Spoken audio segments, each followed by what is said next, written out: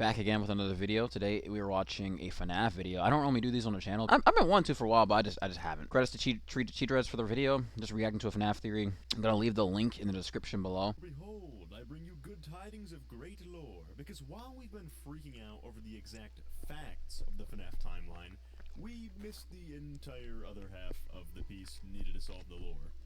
The actual story, the narrative. Specifically, there is one theme that ties everything together. And Oh, once really? you see it, character motivations, timeline orders, and even how the ghosts work, all become solved with a confidence that Toes alone could never give us. I'm gonna tell you what What? this theme is right now. Ready for Oh, it? tell us, because everyone was trying to figure out this and that through the toast and stuff. Give me 1 second. So I made like 5 boiled eggs. I was hungry, okay? Is history repeating in the strangest, most unexplainable ways. Now, Okay. you as a smart person may... Yeah, I wanted to say, like, I feel like the thing that Scott was trying to get us to understand was that, history is constantly repeating itself. But it's like, is that, could we really accept that as a community? I mean, if that was what was in the box or what Scott was trying to get us to understand about the story of FNAF 4, then that's going to be kind of crazy. Because I feel like this is definitely talking about FNAF 4, the missing pieces, the missing understanding. We've been going over this for literal years and still have not found a single freaking thing. say, yes, T-Dreads, I Yeah, that's cap. They found a couple of things, but we don't know if those are the pieces that we're figuring out. All these theories. God, David. MCI 8783, the stuff with the crying child, the name Dave. I agree it's Dave. The Evan thing made way less sense than the David thing. Thank you, Wither Circle. So why were things being mimicked when there was no mimic to do the mimicking? That is true. That is true. figure of animatronic. Then again, I could have just... Oh, that scared me for a second. The way Foxy was coming. I was like, who was that? That's Springtrap? Because it looks like Springtrap if he was skinny and he was wearing like ninja pants or something. I feel like someone's going to take what I just said and try to make that. I was going to say they kind of are very similar, but that's not really going to help solve the lore just by saying that alone. Like, you have to kind of think about it and realize that there are differences and similarities. Because repetition is when things repeat. Mimicry is when something almost symmetrically is the same as something else. It is repetition in a sense, but it's like, oh gosh, I can't explain it. So he doesn't have to do it all himself. Look, he's a busy guy. That is weird though. Why switch from those two different? Not it saying deadline right there. deadline. But he also recognizes that direct contact might not be entirely necessary, because Charlie and the bite victim both possess animatronics they didn't die inside of. So the second batch of kids, known as the DC... Oh, so this is just headcanon and not 100% confirmed. We know Charlie just like possessed a puppet, but Crying Child and Cassidy, 2 different things. Because like, here's the weird thing, right? We hear about Cassidy, one of the, I guess a few of the books or one of the books. I never read any of the books before, so I can't really speak too much on that. I just know that there is a character named Cassidy. That name's been mentioned a lot. And then you also have, it's also a girl. Cassie's also a girl. So that's another thing. And you got Charlie. Charlie was thought to be a boy, but then people thought it was retconned to be a girl, but it was already a girl. We don't know. It's just so many things with the Crying Child stuff, too, because it's, like, weird. Because, like, what if... Because they even show the Crying Child in one of the books, too. So it's like, it's like Cassidy, Crying Child. You might as well just separate the two and just say that Crying Child is Golden Freddy and Fredbear. Or like he got bitten. But it's weird though, because why show us? And I'm tilting my head to look at the Golden Freddy. But when you look at that's so creepy. When you look at Golden Freddy, and you see that he is possessed, he is attacking people. FNAF 2 was the first time I've ever gotten attacked by Golden Freddy. But it's so weird. It's so weird. I think what I personally, going based on that logic too, like of my logic or what I'm trying to understand or what I'm saying is that I feel like FNAF 4 was trying to tell us like either the origins of Golden Freddy or why Golden Freddy is the one attacking us in some of the games. And I don't know, it just feels weird. Like, this kid, he's not necessarily tied to a murder specifically. It was a freak accident that happened. Like, he got bitten. But he attacks differently. Like he just teleports and just comes and goes as he chooses and pleases. But it's weird though because the crying child was always just roaming around, and it's weird because you got to think about it too. What was Golden Freddy's like function with going around the way that he was when it came to a lot of stuff, especially like with UCN. Like, what was Golden Freddy's like purpose? What was his function? We don't even know. Like, what was the purpose of that suit? What was he used for? Was he used for murders? Was he used to, I don't know. Like, what is that? Freaking notification. Like, we don't know. And then you also have Fredbear. And when we go to FNAF 4, Fredbear, Nightmare Fredbear is a nightmare version of the Fredbear animatronic that we still have not seen in any of the games yet. We have only seen Freddy, Chica, Bonnie, and Foxy, but we've never seen Fredbear in any other thing. And if you mean to tell me that this suit, this Golden Freddy suit, is the exact same suit as Fredbear, that's not gonna make any sense because Scott has not outright confirmed that this is Fredbear. He is not, because when you go to UCN, he found a way to incorporate all the characters canonically lore wise into that game for very specific reasons. Majority of them we have not figured out yet, but with like the whole like the difference between Fredbear, because we have Nightmare Fredbear and we have a Nightmare Freddy, but we also have a Golden Freddy. Those are like minus Nightmare and minus Nightmare Freddy. What I'm trying to say is, why put them in the same game if they're not the same thing? Because if they are the same thing, that's gonna be like weird. But if they aren't the same thing, then what the heck are they? And who possesses who? Because the nightmares, okay, that's already out the way. They're a fearful reflection of what William has created or what he has done. Basically, all this massacre BS. But then you also got to think like fearful reflection of what he's recreated, of what he has created. I mean, you could also look at it as like, okay, Nightmare Freddy is just saying that he specifically is a fearful reflection. Is it? No, no. Is it? No, no. I might have it wrong. I think I think Nightmare says it. I think Nightmare says it. But it's so weird though, cause he's basically Shadow Freddy, but as a nightmare animatronic. So Scott found a way to include that lore wise, I guess, or at least story wise, because they're all the animatronics that are in FNAF 4, minus some of the Halloween update ones, are canon. Oh, all the ones except Balloon Boy. Balloon Boy is just canon. Nightmare Balloon Boy is canon. But it's so weird to think about it because you got to look at the design, and then you also got to think too, because you got to look at and I know that I feel like this has already been looked at. We're looking at Golden Freddy right here. Sorry, this is a long tangent. You got Golden Freddy right here, but then you got the teasers for FNAF 4. Then you also got to look at the Fredbear or Golden Freddy or Fredbear or whatever from the FNAF 3 minigames. Then you got to look at the Nightmare Fredbear design and the FNAF 4 minigames and just look at that and try to piece that together. Because we were trying, the only time we've ever gotten Happiest Day, if I'm not mistaken, Happiest Day first debuted in FNAF 3, if I'm not mistaken. That was the very first time we've ever gotten Happiest Day. FNAF was supposed to end right there, and then Scott decided to double down and add FNAF 4 to try to fix FNAF 3, 2, and 1 and make a complete coherent story for everyone. Because it was already solved, but he was trying to add something, and it basically effed everything up. And then adding all the other stuff after that, like sister location, help wanted 1 and 2, UCN. I skipped it. I know. Security breach, ruin, secret of the mimic. There's just so many things that are just getting sandwiched onto each other, and we still got to figure out 4. But that's the thing I'm saying. Like, what I'm trying to say about the Golden Freddy and the Fredbear stuff is that the hat. I feel like the hat is really important. The hat is very important to figuring out Golden Freddy. It's the hat for me. It's the hat and the eyes and the design of Golden Freddy overall. And then you also have to try to look at the visual storytelling and all the clues in those mini games, including maybe Midnight Motorist. I mean, that's a big one right there. In order to figure out and solve like what's going on with what's it called with the crying child and I guess Cassidy, because we don't really get Cassidy in the games like that. Like, we don't get like a direct confirmation that it's Cassidy. I know that in, was it Ruin? There was like something in the files that someone looked at and it said like Cassidy or whatever, but that's a reference to something from the books too, because Cassie's not mentioned at all in any of the other games. Not even UCN, specifically UCN. That's what I was looking at in my head. UCN, we don't hear a name Cassie. We just have Toy Shank, the one you should not have killed.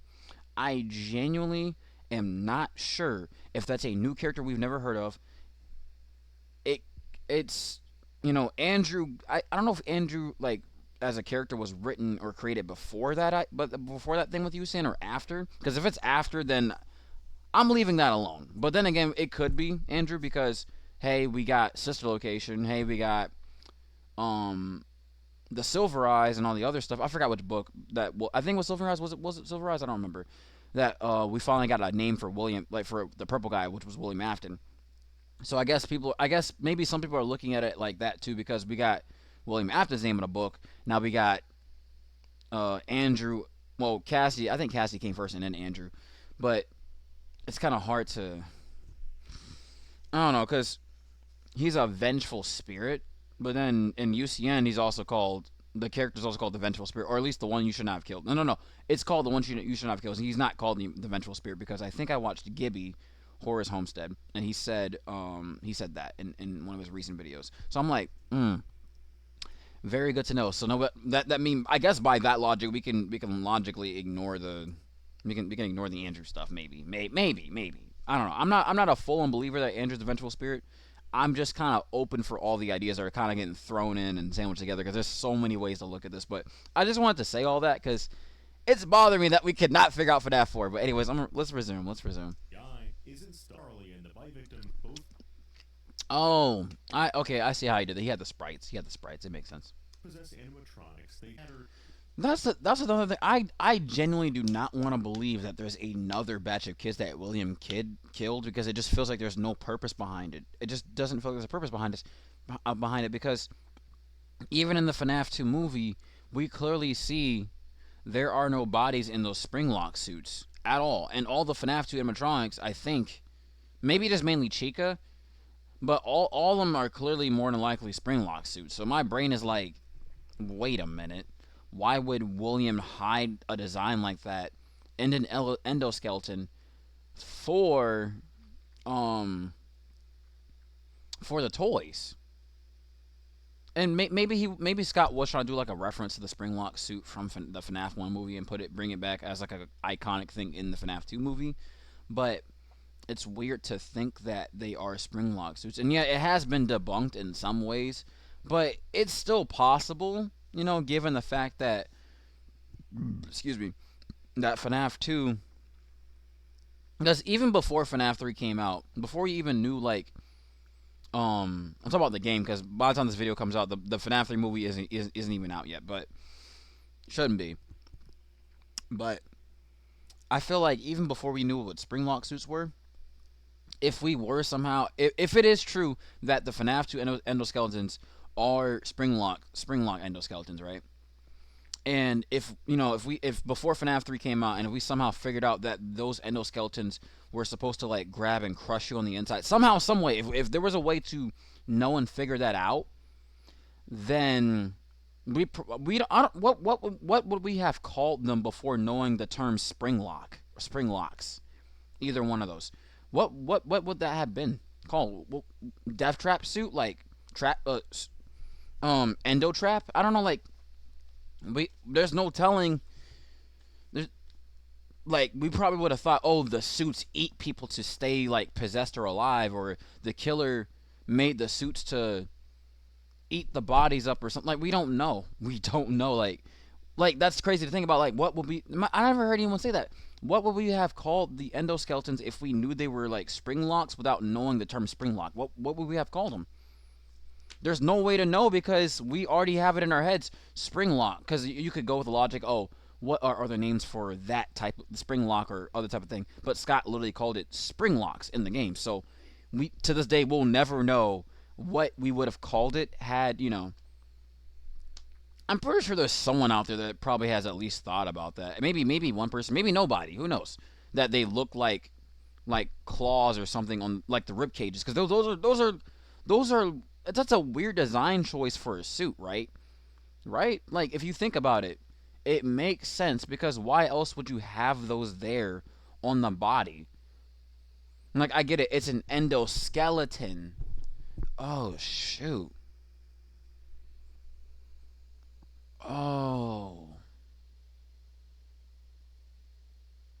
And you know what's crazy? I just realized it's called an endoskeleton, right?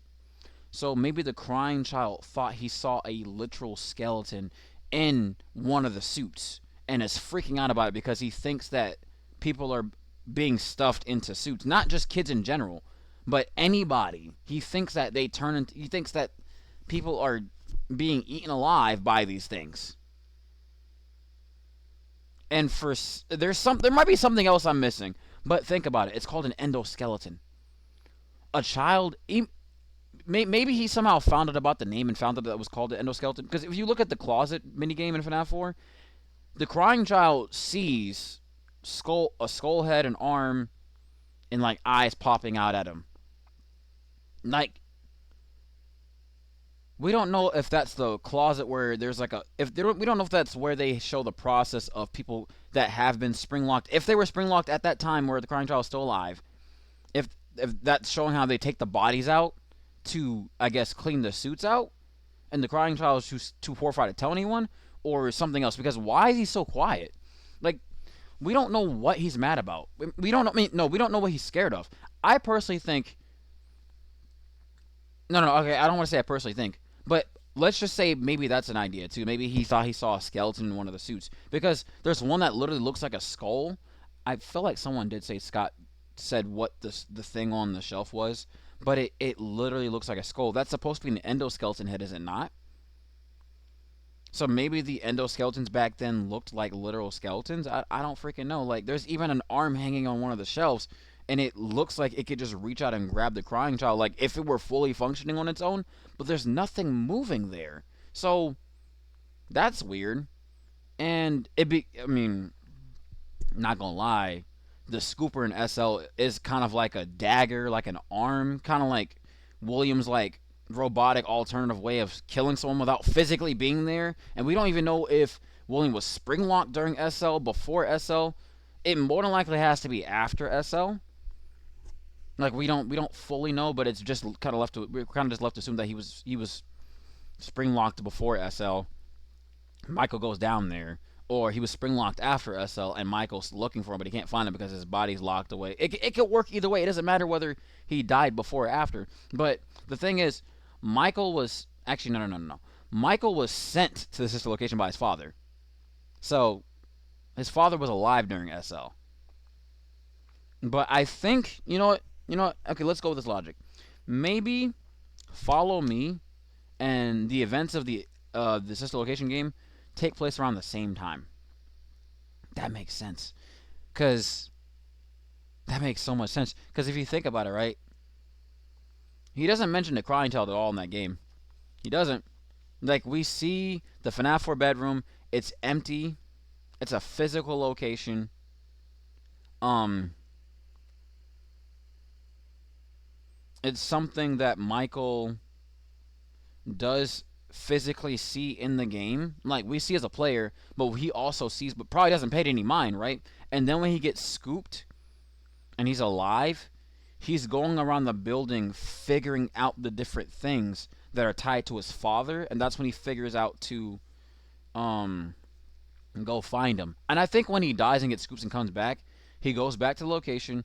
He looks at that one flippable camera because you gotta remember, entered it was inside Michael, right? So that means that all the animatronics that we had to face on the previous nights, they're all decommissioned. They're all completely destroyed. They were, but why were they destroyed? Because this wasn't. I mean, Baby does tell us that this was an order from the company or whoever to dismantle them or whatever for some reason and then put them back together. But does that because the place got closed down?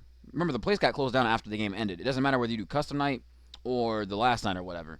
For some reason, the place is closed down. So by that logic, right? Gotta think about that for a second. When did the place close down, and why? Is it because of the events that happened with Michael? And they found his body, or they found those two dead bodies with the people that got hung up, or is it something else? Like, you got to think about that. I might be overthinking. But there's so many things with that too. But also look at this too. Do they take up? Did they always take apart the suits and put them back together? Because remember, that's another theme. They use a scooper to basically de-legofy the fun times, and then freaking Baby talks about how Belor had to get destroyed. Funtime Chica wasn't physically there, so that's another thing. That's another thing. Like, and in FNAF 4, whoever's talking at the end says, "I will put you back together." And then I think in UCN, I don't know if it's UCN or FNAF 6. No, hey, yeah, UCN is another game after FNAF 6. But William does say in one of his lines, "Let's see how many times he can be pulled apart and put back together again." And you also got to think about that too, because it's like, huh? It's like sister location. They're being taken apart and completely dismantled, completely destroyed. Is that like a one-time thing, or is that a thing that has happened multiple times? And then I'm saying one-time thing, as in it only happens during those sequences that we see because Baby wanted them to be destroyed, so she could trick Michael into freeing herself, because she doesn't know that Michael is trying to help her. We don't see them verbally communicating to one another. We see Baby basically pulling Michael back into situations that he's not even supposed to be in, and he's just going there. So it feels like Michael willingly got himself scooped to free Baby. But then again, why would William tell his son to get scooped? You would think he wouldn't want to do something like that, considering what happened with the crying child. And we don't really get much of a contextual visual thing, like proof of like character development between the time that his brother was, his brother, Michael was, when he was a teenager versus when he becomes like an adult or whatever. So there's like so many like speculative assumptions to be made about that. That's so weird. You got to think about that. Like, there's so many implications and so many things to like process and think about when it comes to like, how did Michael go from this bully that feels bad about, murdering his brother on accident, and then why doesn't he object? Why does he go to the bunker to bring back his sister?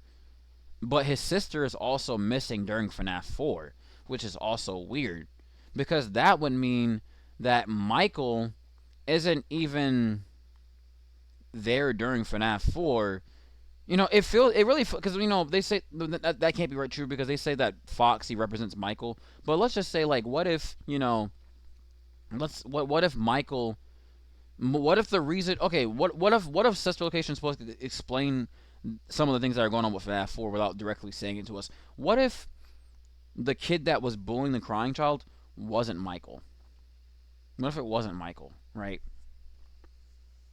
What if Michael got scooped during FNAF 4 and was away, and the kid that was, but they say that's his brother though.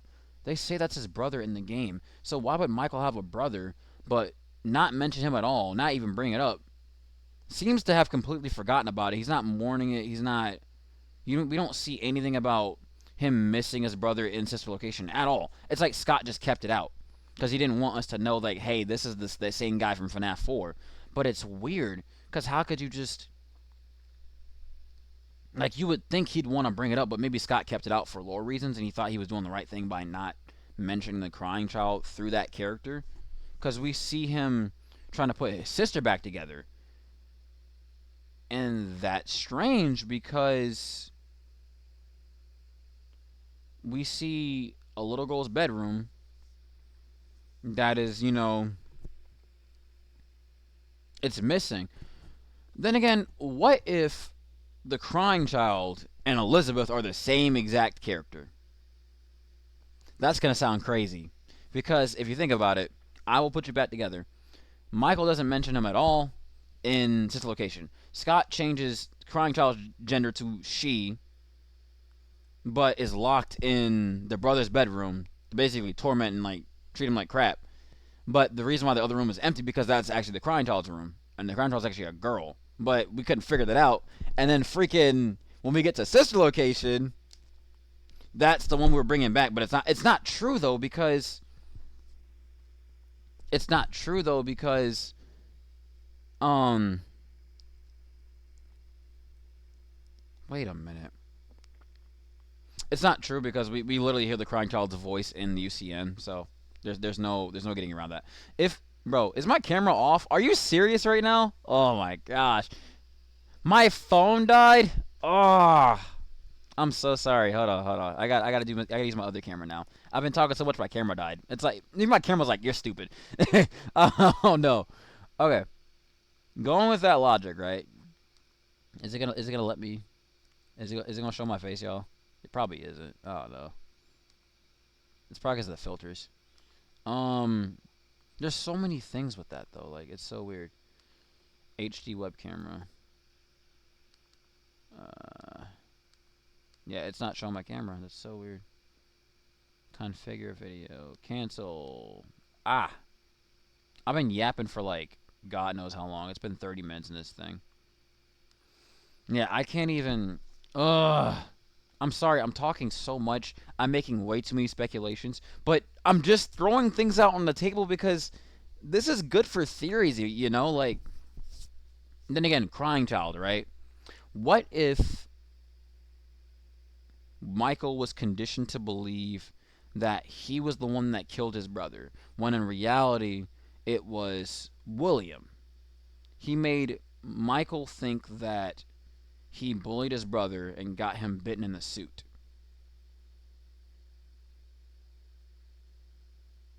When, like, basically, yeah, I want to say he made, or maybe, let's look at this. Let's look at this. Let's look at this. The Fredbear, the Golden Freddy suits. Hold on, I might be cooking. I might be going to something. Hold on. The Fredbear suits, right? They're all over the little Fredbear plushes. They're all over the game. What if the one you should not have killed is the crying child, but the way that the crying child was killed, his story was being told through William throughout that entire game, and that when he goes to tell whoever he's telling about how the crying child died, it's a complete fabrication. It's a complete fabrication.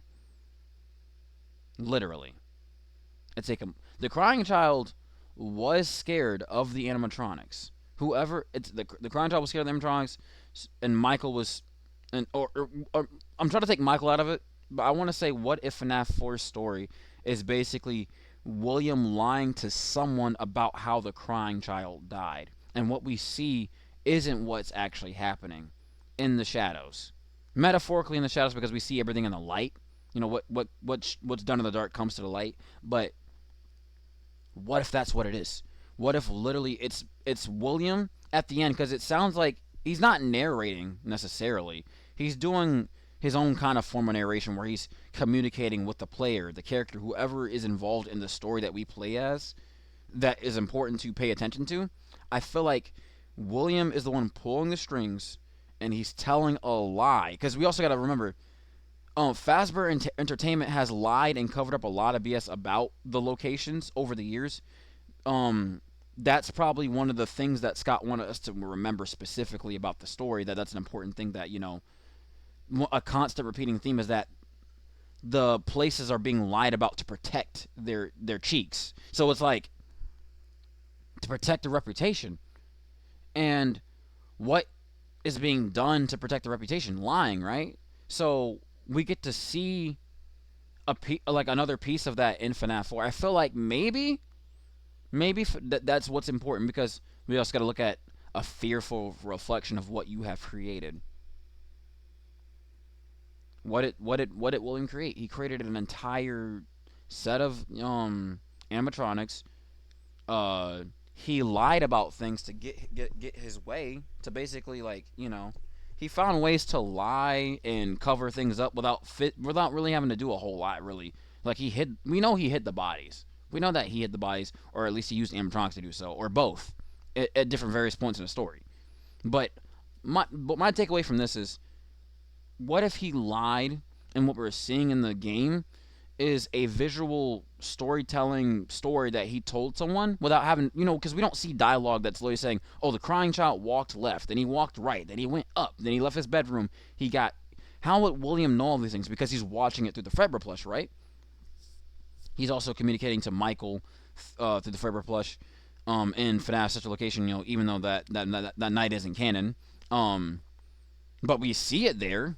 We've seen it multiple times. It's talking to somebody, to something.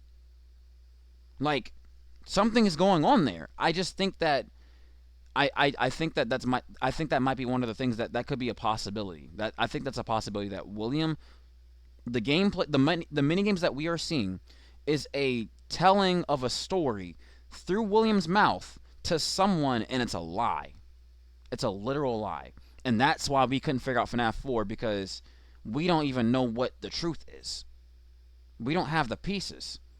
They never got put together. And due to the fact that the box was never opened, we won't know the truth because the truth was locked away, and we still can't figure it out. The truth was locked away by William. The box is even like purplish in a sense too, with golden locks, and the golden locks are tied to the color golden is tied to Fredbear, meaning that the truth about Fredbear and Golden Freddy is locked in that locked in that thing. It's the truth. The pieces make up the truth and the story, the real story of FNAF, and we have not fully figured it out. I think that there's a lie that is being told, and the truth is being locked away. That's what it's. That has to be what it is. Think about it. That's the theme of FNAF. The kids are being murdered. They're being stuffed into suits. They're killing people. The other, if we go by the logic of the FNAF 2 movie, which I think is very strongly supported by the FNAF 2 movie, we should probably more than likely use that. The puppet is more than likely putting dead kids in the FNAF 2 animatronics, or I know I just said that I don't really strongly believe the DCI is an actual thing, even though the dead bodies are clearly there in the FNAF 2 minigames. And then there's the whole T-Dread thing that someone said in one stream that, and I might have seen that stream before, and I might have seen a reaction to it, either or both, I don't know, that the mini games in FNAF 2 are a metaphor because of that one office area, because that's literally FNAF 2, but it could be FNAF 1, but it's not, because the hallway is right there, and the whole layout was literally FNAF 2. So why the dead bodies in FNAF 2? That's weird. Is that to say that the FNAF 4 location that we see, the FNAF 2 location, and the FNAF 1 gameplay location are all the same place? Because that's weird. Why would they keep remodeling it? That's just weird. They have to relocate it because it's a new location. It's literally a new location. It's specified in FNAF 2, specifically, I think. I'm not sure. But my thing is, I think that FNAF 4 is a telling by William that whatever he told is a lie, and the truth is being kept in a box. And since we couldn't find the pieces of the truth to make up the rest of the story that adds to the rest of the other three games as a whole, we won't know because it's locked away. Scott didn't give us anything else. We could have probably figured it out because there was supposed to be a DLC revealing some things with the box too, but it's just we don't have it. We don't have the truth. That maybe there is no lie. Maybe we do have the truth about Fazbear Entertainment fully, but they're clearly keeping something else away from us, because what else are they keeping besides the death of Charlie, the MCI, and if these other kids are canonically there in the mini games, because we do physically see them in a teleporting Golden Freddy that clearly is pissed off about something. We don't know, but hey, look, don't take what I gotta say. Take what I gotta say with a grain of salt. But I'm just saying that might be possible. Because, hey, if the box is actually black with a purple tint, my theory's cooked. Maybe it's 50% cooked, because you gotta also tie the I was about to say it. I was about to say hat. Tie the color palette of the box, or at least the shading of the box, and the golden locks to the themes and colors of Fredbear. The black hat from FNAF 3 and the teaser, and the purple hat from the FNAF teaser, FNAF 4, and Fredbear. Any version of Fredbear that you see in the entire game, including Golden Freddy in any of the games, correlate that, and just think about that. That's all I'm saying. I think that is very important. But if none of that is right at all, if there's no, just look into that. That's all I'm saying. Just look at the colors, because we all know the colors, the visual representation of colors with characters is extremely important. and the repetition of those things as well. So, around the leaving that there. pizzeria. We also have repetition like William leading kids one by one into the back room during the MCI, which is then mirrored in Follow Me, where he gets absolutely cooked doing the same thing. And the repeated use of fire to try and kill Springtrap can I gotta run that back because that's important to hear. batch of kids, known as the DCI, isn't stuffed into anything. He leaves them scattered around the pizzeria. We also have repetition like William leading kids one by one into the back room during the MCI, which is then mirrored in Follow Me, where he gets absolutely cooked doing the same thing. And the repeated use of fire to try and kill Springtrap can be explained too, with both. Dang, that is crazy because. But, I mean, the thing is, when you put this to here, you know what? Actually, no, it makes sense. This right here actually just makes sense a little bit. Even though it's a completely different visual thing that we see. It is weird, though, because why does he have that kind of, like, beaver, Bucky, bunny look? And it looks like parts of his... It's so weird. It's so weird how he looks like this. It's because I get it. It was I think it was supposed to be because Scott did say it was a lore reason. I've heard people say like it's a lore reason. That he looks like this in FNAF 6. When you see the FNAF 3, when you brighten this part, you know you can clearly say that Springtrap's head is split and it's like ugh. And then here you see this, and it's like, wait a minute, why does he look like that in FNAF 3? But then you see this right here. It doesn't make sense. It doesn't make sense. It's not like he got melted and then that part closed up and now he just looks like this. Because that would mean that FNAF 6 takes place before FNAF 3, and that doesn't make any sense because if Henry's dead and then they brought the leftover stuff to here, then that's basically it, because that would just mean that FNAF 3 is just the end of everything and not FNAF 6. They just added FNAF 6 to complete the story of SL while tying itself into FNAF 3. And that's really going to throw things off because that basically just adds onto the whole William coming back thing. And him getting burned during FNAF 3 with everything that's in there. Because everything from the other locations is in FNAF 3. But they're not in FNAF 6. So wouldn't that technically mean that FNAF 6 is the precursor or the prequel to FNAF 3? That would make that would that kind of make sense, because I mean then again it's like, how does Springtrap get back his arm if he's supposed to lose an arm and then come back in FNAF 6? I mean they do bounce back and forth between each other a lot story wise, they do. I mean that would explain why Baby's not there, but I think I've heard people say that too. I've heard people say a lot and I've forgotten things over time, but it's so weird. These things are really messing my head up right now. But yeah, I know FNAF 6 goes after FNAF 3, but I mean it's possible in some ways if you turn the story around a certain way with the context, but I don't know. We'll see. Michael and Henry possibly understanding that fire destroys Remnant. So far, so good. Afton is a lunatic who repeats his murders. People who know that fire destroys Remnant use fire. This is pretty basic, TD. Why are we talking about this? Because the pattern of repetition... That cat thing is cute. Is that TD's cat? Whose cat is that, man? Basic, TD. Why are we talking about this? Is that Gibby's cat? Yes. Who? Okay, do any of y'all have cats? Because I'm just assuming they have a cat, man. I don't know. That's cute, though. I love the edits. They're so good. I love these edits. Their vibe.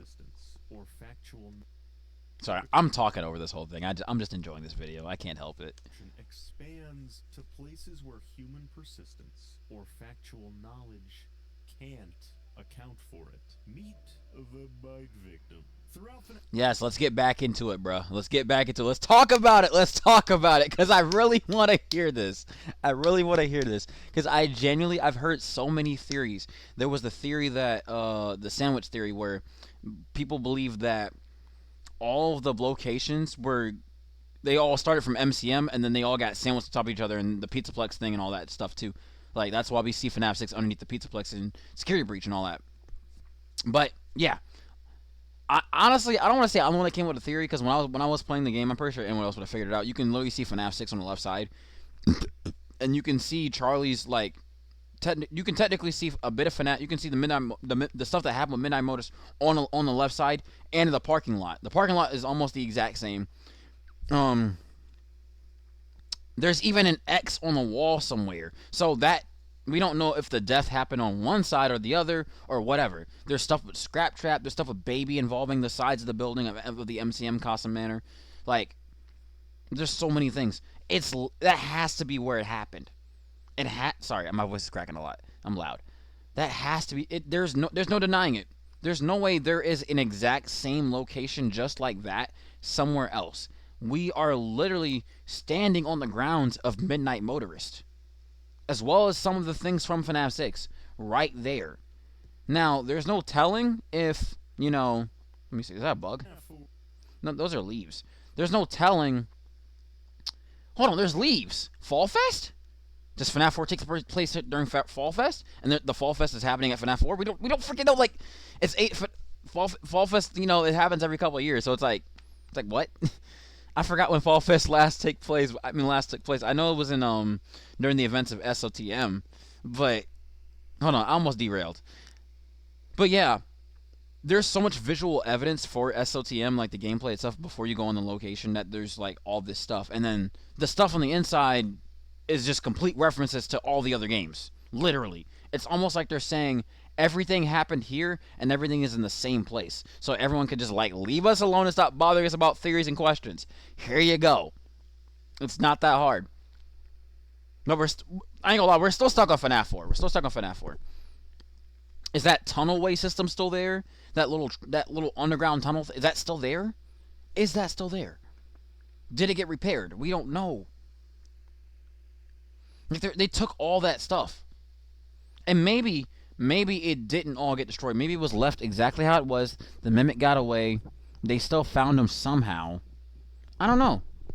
Maybe the ending with him getting turned into David. We don't know. He got buried somehow. And even after the place burned down, the Mimic still finds us and then goes right back. So maybe he got the data diver. The data diver got destroyed, and then he got buried under the location after walking back to the location. And that pretty much fixes that, because how else is he just underneath the Pizzaplex? Because we don't hear in the game that, Gregory says it's been trapped down there a really long time. So maybe he just stayed there for some weird reason and then just got sinkholed with the rest of the location over time when they tried to put the Pizzaplex on top. So it means that they tried to put the Pizzaplex on top, or at least they put the first Freddy's or Fredbear's on top of that. Wait, trapped down there a really long time. I mean, if the crying child did see the Mimic, that would have been wild. Because the Mimic is an endoskeleton. It looks like a person. It acts like a person. Maybe it tried to grab him. Maybe it hypnotized him. We never seen it do that, but I mean, hey, he has those swirly like stove aisle eyes. Like, I honestly, I ain't gonna lie. When I first saw the Mimic's eyes, I low-key thought he had like some type of hypnotization powers. Because I've heard no one say that. Yet he looks like he can do that, even though he never does it. But the Mimic can become anything, and it's so trippy just looking at his eyes when you think about it. Like, did he have more abilities? Was he holding back? Was he only just trying to kill? Did Edwin program him with that ability potentially, and that he locked it away or was saving it for something? Because it's not like he's looking at the suit and turning it off and saying, all right, when I snap my fingers, you will shut down and I will take over your body. No, he's literally going inside the suit and using it. I'm just saying, there's so many things with that.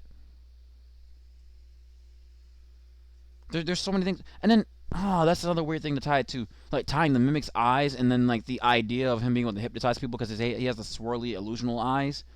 And William's also involved in SOTM in the background. I'm jumping to way too many things. And then, yeah, think about the swirly eyes, and then thinking about William's presence, his manipulation. I don't think he's the shadow specifically because there's no way he's there while Arnold's there. That doesn't make sense. He has to pull up after everyone's like done. William would not want to physically be there while all that's going on. That's illogical because he could have got bodied while all that was going on. I'm pretty sure he wanted to make sure that the mimic endoskeleton, because he's heard about it at this point. I'm pretty sure he wanted it to be decommissioned or at least like put at bay, so that way they could do so he can do what he got to do. But another weird thing is like, why did he want the house? But back to the thing with the eyes. I forgot what I was gonna say for the swirly eyes, the hypnotization thing. What if? Oh, I was gonna say like that. The idea of me saying that, the idea of that in my head is similar to, for some reason, what Gregory sees with the static lines when he sees Vanny. Because I mean, there is a mimic program in the the Pizzaplex, the glitch trap program too as well, and might be something with that too. Maybe when Gregory sees Vanny, he starts feeling like he's getting controlled by the programming again, and Vanny grabs him and either kills him or Vanny grabs him and turns him back into GRGGY or whatever, GGY or whatever, or Mr. Rabbit or Dr. Rabbit, I think, or whatever. And that's why we get a game over screen, because we're not supposed to go back to being that. Or maybe Vanny does kill us because the program can't trust us anymore after being broken free from the programming or glitch trap's programming, or possibly the mimic and glitch trap, or just the mimic. We don't know. Maybe the mimic is possessing it's clearly glitch trap. It's literally glitch trap. I'm not gonna go there with that. But I mean, it's still possible. The mimic is involved in a lot of other ways in that game. But in Ruin, we mainly see the mimic trying to lure us to body us for some strange reason. I don't know why. He just wants to kill. It gives him an adrenaline rush. It gives him a high, I guess. I don't know. I mean, how does he really feel? Because when he stuffed us into... Another weird thing, how did the mimic know that we would possess... How did the mimic know that we would possess a suit? How did he know that? No one's talking about that. How did he know that we would possess a suit? I feel like everyone completely... How did he know that? Because William's not there yet. And the game tells us what it feels like it's another lie. Remember how I said the crying child's death was probably lied about by William, and he covered it up, and that's why we have that box? And we're supposed to figure out what the truth was in the box, that William actually did kill the crying child for some reason?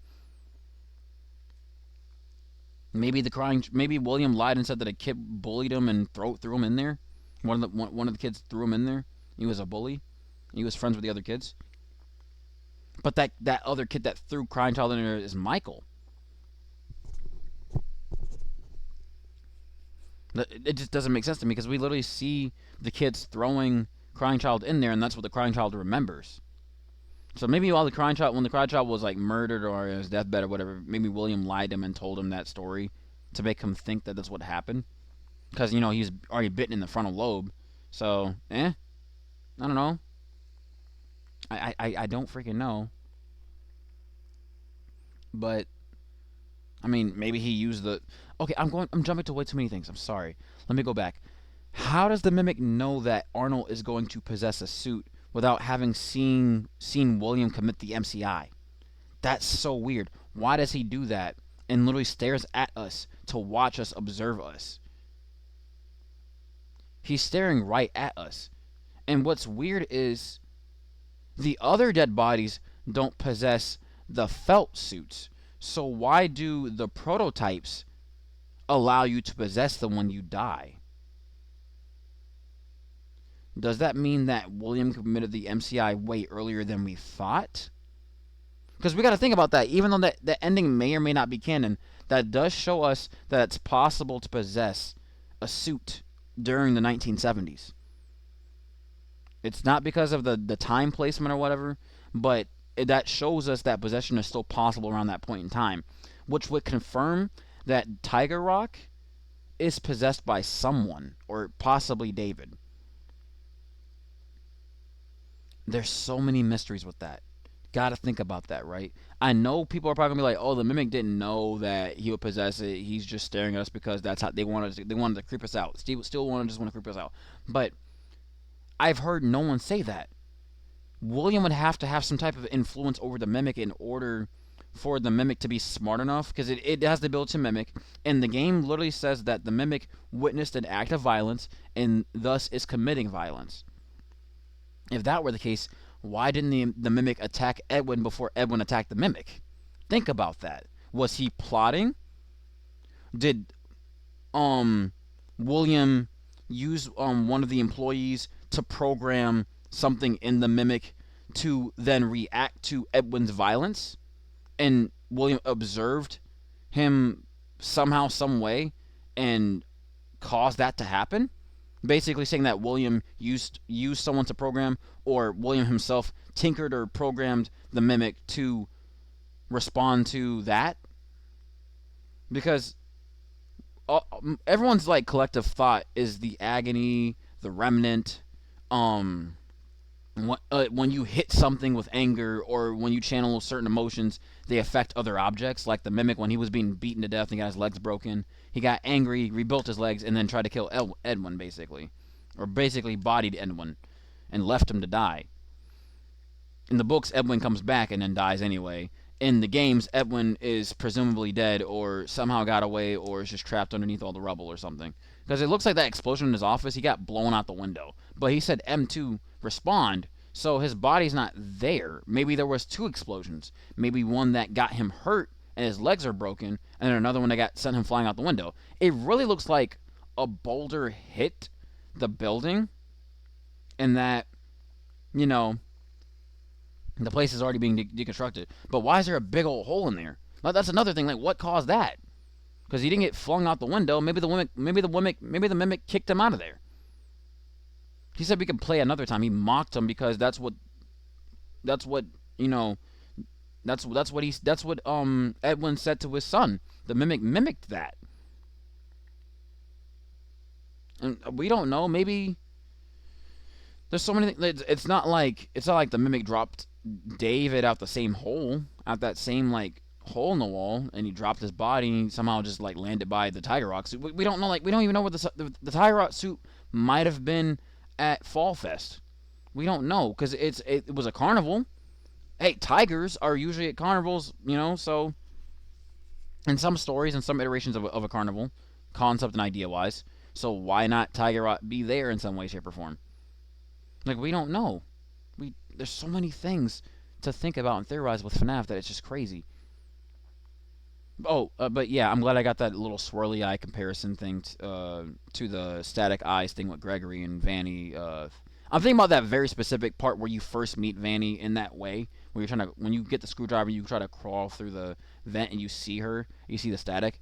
Well, actually, no, the first time you see it is when you go in that one section after getting access to, like, I think it's before you go to the daycare, or no, it's after you come back from the daycare and you have to hide in one of the charging stations. That's when you first see her. But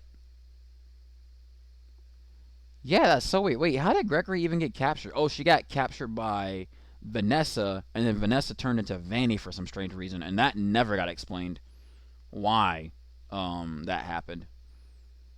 And maybe it's possible that, you know, Glitchtrap for some reason decided to take over by force. But what did Vanessa see or think to cause her to give herself up to Glitchtrap, or did Glitchtrap just has absolute control regardless? Does Gregory have a chip in his brain? Like, we don't know. Because Cassie has one. So she's got to be vulnerable to the Vanny stuff. The Glitchtrap stuff. But Help Wanted 2, we destroyed Glitchtrap. So is that tied in with Ruin? Like, we don't freaking know. I mean, we definitely play as Cassie's dad for sure, though. That definitely that's non-negotiable. We definitely play as him. There's no way. You get a ton of. There's no way that we don't. But yeah, that's a lot to. You're gonna need a sense of being for that one. There's a lot to think about with that. Bizarre repetition of imagery from FNAF 2.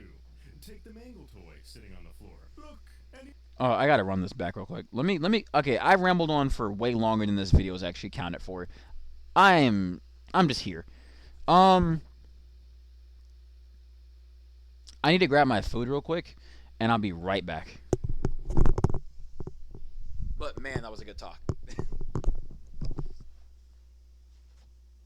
This is pretty basic, TD. Why are we talking about this? Because the pattern of repetition. He was trying to add the talking thing with the stretching by stretching the video like that with the cat. I just noticed. Expands to places where human persistence or factual knowledge can't account for it. Meet the bite victim. Throughout FNAF 4, you get a ton of I guess I feel like he's saying that because the crying child is just a kid, so he can't really use facts or logic. He's just a kid, so he's gonna see things and misinterpret them without logic, and he's just straight emotional and freaking out and percepting things like really bad and abstractly in some ways. bizarre repetition of Maybe I might be overthinking on that. I'm just saying. imagery from FNAF 2.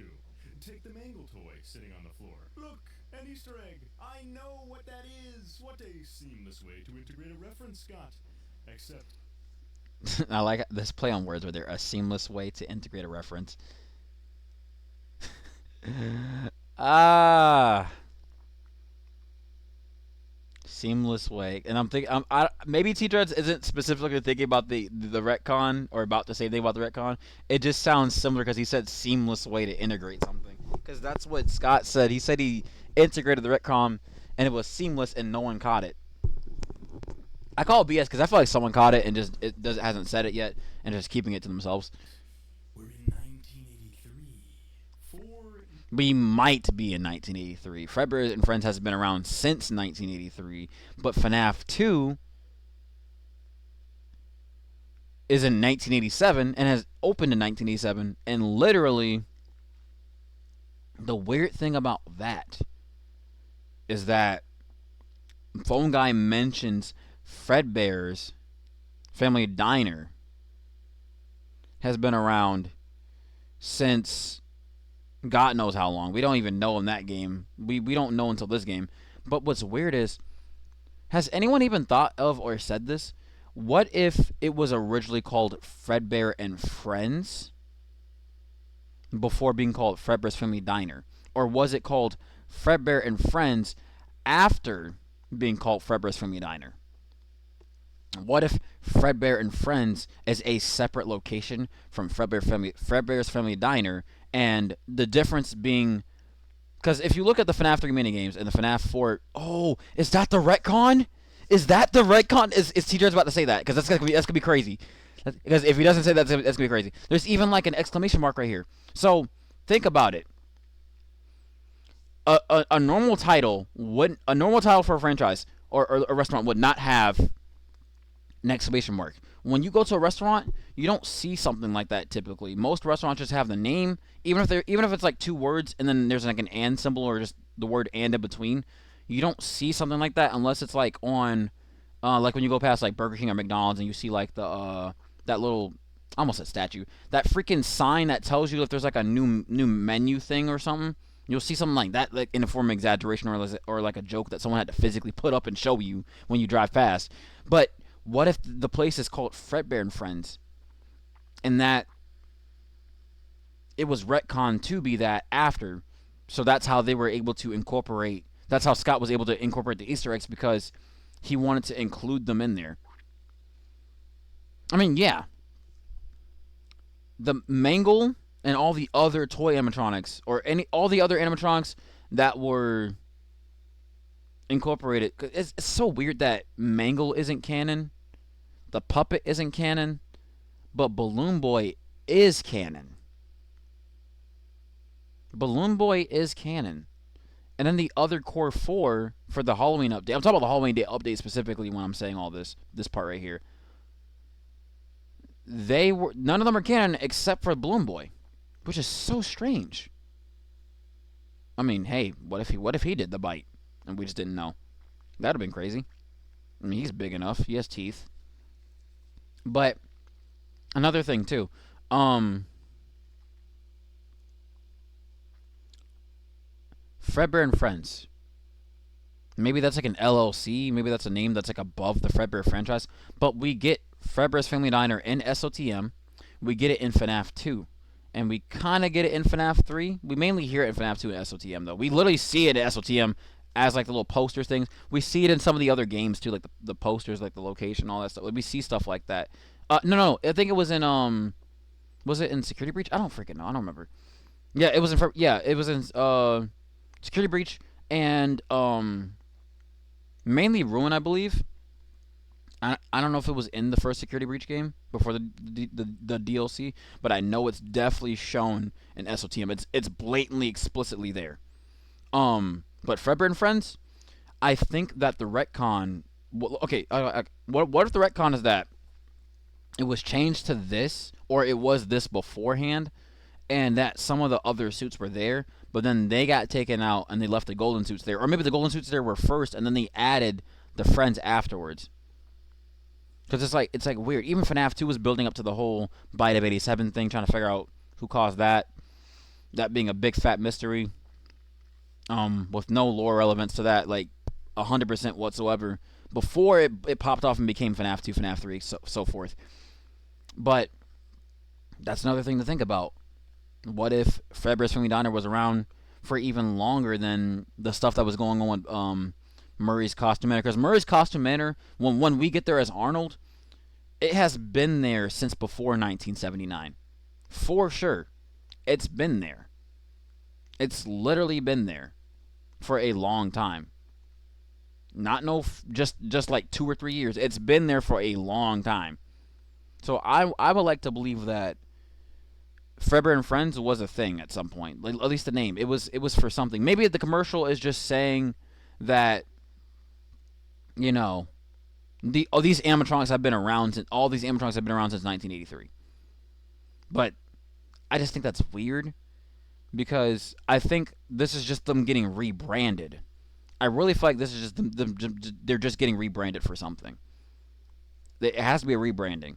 Therefore, that being a retcon. It's either rebranding or the location name got changed. Well, yeah, that's basically rebranding. I think the retcon may just be possibly as an idea, as an option, that the diner got rebranded at some point. And in order to rebrand, they had to incorporate more friends and more animatronics. Even at the beginning of FNAF 4, we see, these are my friends. My friends, my friends, my friends, my friends. But when we play as the Crying Child and we go around, no one is there to be friends with the Crying Child physically as a person. Everyone's basically just against him, it seems like. Showing up before they exist. But the thing is, we don't know that the toys weren't made in 1983 or before 1983. They had to have existed, because there's no way between, let's see, 1983, 1987, that's 5 years. I don't think it would have taken 5 years to make something like that. I mean, it's possible it could take way less time, but those animatronics were really expensive to make. You got to think about that. They're like 6 foot. They have all these humanly bodily functions. They can scan people. I'm pretty sure that took a long time to make. So the toys had to have been around for a while. Maybe they were branded as characters at first and then brought to life as animatronics, like actual animatronics, in 1987. Or maybe there were ideas that were taken apart and put back together. I don't freaking know. I just want to joke there. It's exactly what gave birth to Dream Theory. The idea. Oh my gosh! Why'd you do that? Why did you do that? Ugh. Okay. I'm just making sure my mic's working still. Okay, here we go. I'm so glad this popped up. In the FNAF 4 minigame, why would the tiny toy chica be missing her beak? I don't know. Because William Afton, Toy Chica is William Afton, and he freaking I can't do the accent. I'm sorry. And that's supposed to mean that William did something because Chica represents William. I mean, given the UCN logic, from those little cutscenes, those animations or whatever, those little animatics, not animatics, but those little those little scenes. What if it's possible that's why? Because the Toy Chica missing her beak means that, she's in attack mode, meaning that William did something, or that Chica did something, or both. Ironically, since they're both, killers. What is seen in the shadows is easily misunderstood in the mind of a child. The crying child saw something, we don't know what it is. 4 games, 1 story, the box. It's the freaking box. In 2026, Bro, you know what been crazy? If that phrase is what was in the box. What if all these phrases were in the box? And the fact that we have the FNAF World teaser in the background, like the FNAF World thingy thing in the background of these lines, because it's weird. We have FNAF World in the background with the character rosters. I mean, the character roster. And then we have these squares in the middle with the text that look like they should have physically been in FNAF 4. But you know what would have been crazy? What if this was the DLC we were supposed to get? Not saying FNAF 4 is the DLC. Did I say FNAF 4? FNAF World was the DLC. Alright, I'm not trying to say FNAF World was the DLC. I'm trying to say, like, what if these 3 boxes of text were the DLC that we're supposed to get before actually finally opening the box? Like, there were supposed to be hints we're supposed to collect. These are the pieces. That'd have been crazy. Or these were in the box, and we're supposed to accept that these questions not being answered in the box was what was supposed to be in the box, and that's what we were supposed to accept. Like, I don't know. Like, it's so crazy to think about those things. Dream Cannon. I said in my live stream, no one has seen it yet, by the way. I said that red is a very prominent color in FNAF 4. There are red balloons tied to there are balloons tied to situations in the game. The color red is tied to a couple of things that happen in the game, like when the crying child enters and leaves the building. Every time, like even the Fredbear head that's on the wall, my brain, I was like, what if that's a window and the crying child is trapped in some type of like thing that's making him think that he's somewhere that he's not? Like what Teacher had said, like what if a while back, like what if he is being experimented on, and that like I'm adding to that idea to say that window, because why would you put red behind Fredbear's head? It just looks wrong.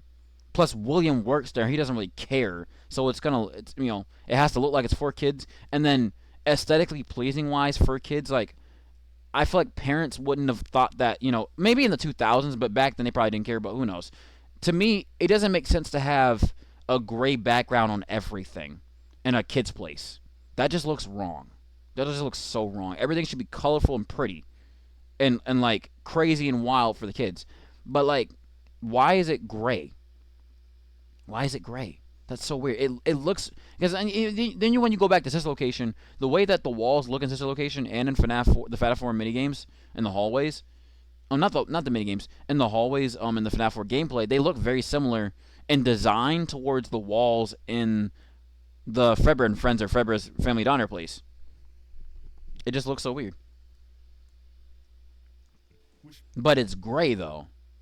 That's bothering me. I ain't gonna lie, it's bothering me. But I was also saying, like, I said in the stream, like, what if the red doors, not the ones outside the location, what the red doors, the crying child sees that, and then, like, he just sees, like, hell or something like that. He just can't enter in because it's just too much. Like, he sees red, and he's scared to go in. It's, like, nightmarish to him. It's scary. Because, hence, like, this background right here is also red. And we see a doorway. I don't know if that's a window or a doorway. That is the house. That is a doorway or a window. Maybe, wait a minute, remember Midnight Motors? What if that's the window that was broken out of, and whoever left, look, that looks like a sidewalk right there. What is this? Am I tripping? Has anyone else thought about has anyone else thought about said or noticed that? That looks like a sidewalk. That's clearly a sidewalk, the way that's kind of like, not grayed out, but it's like brighter than the rest of everything else here. This is straight ground. That's a window. That's a window. This is a sidewalk. What are we doing here? What is going on here? That is clearly a sidewalk. Something much more significant. Bro, let me get my food, bro, because I feel like I'm about to cook more than this video is cooking right now. I feel like this video is helping me figure things out that I should not be figuring out now. Scott's going to probably get this whole video destroyed. Newt. Oh, man. If I saw FNAF 4 today, I'm going to lose my crap, man. Bro, hold on. Run it back. T-Dreads, if you see this video, Gibby, if anyone sees this video, is that not a sidewalk from the FNAF 4 minigame? Is that not the sidewalk from Midnight Motorist? Is it not? I mean, it's not Midnight Motorist. It's in FNAF 4. But is that not a sidewalk? Almost like a hill, almost. But this is clearly Very clear the FNAF 4 house. This is a sidewalk, my guy. This is a sidewalk. Or a fence. Or both. Clearly, it's a sidewalk. Heck, for all we know, the window being like... Because it's also blurred out, too. What if the retcon is that window? Because how else does the crying child get out after the minigames or Michael or whatever? He clearly jumps through a window somewhere in his house. I mean, we don't see a window in his room. So there's got to be a window somewhere else for him to jump out of. But someone was locked in Midnight Motorist, so... What if the retcon is that window right there is the same window in Midnight Motorist, and that even though it's blurred out right there in FNAF 4's menu screen, that doesn't mean that the window doesn't have cracks on them. So that would tie into Midnight Motorist, because that window is also smashed and has not cracks, but you can still see the broken pieces of the window, or the shards, or whatever you want to call it. Well, you don't see the... Okay, I don't know if you see the shards, but you can clearly see there's a broken window. So what if this is the same exact window right there? That can either be a door or a window. And that flashing... Not flashing. That bright light is out there, too. Bro, what if Scott added an update where the window or the doorway flickers? That'd have been really creepy and mysterious. Just about as mysterious visually as the shadow that you see in SOTM in the update. Oh man, that was so cool. I'm really glad I got those ideas across. Man, that felt good. Scott is the bite victim is crazy. Me having lost my phone as a child would explain a lot, to be honest. But saying that as a child, and then phone guy saying that someone got bitten in '87 and survived is crazy. That would just... I mean, going with that logic would have to mean that the bite victim got bitten in '87 and not during that. But why is the bite so important? No, I don't know. 4 years apart, at an entirely different... Or maybe it's the same location. I mean, who knows? What happens if you combine the two? Well, I mean, combining the child's frontal lobe, they're decomposed at this point. There's no doing that. By the end of this video, we're gonna find 2 reasons that things like this keep Did the crying child see 2 jaws? Because I mean, hey, it takes 2 jaws to bite, right? happening across the series. Oh wait, what the heck? What did I just press?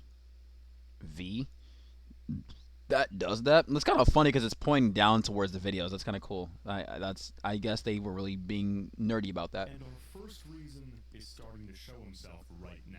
The crying child. I was like, what the heck is that? Fredbear in 1983 may be literally influencing events 4 years after the fact. Maybe. The alter reality is well documented. The survival logbook has him literally altering the ink on the pages to communicate with another spirit. So, if he can alter ink, what's stopping him from altering everything else? With his powers, we can explain every impossible connection between FNAF 4 and FNAF 2. That music is getting me.